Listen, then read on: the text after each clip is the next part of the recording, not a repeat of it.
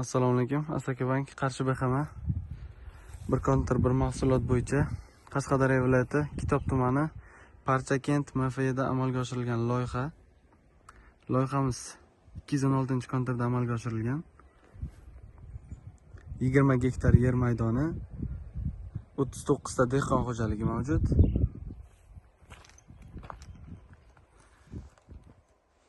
Loyihada uzum ko'chatlari hozirda gullash jarayonida.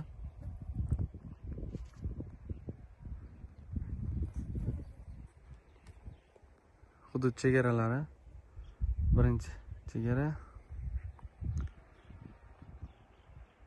ikkinchi chegara,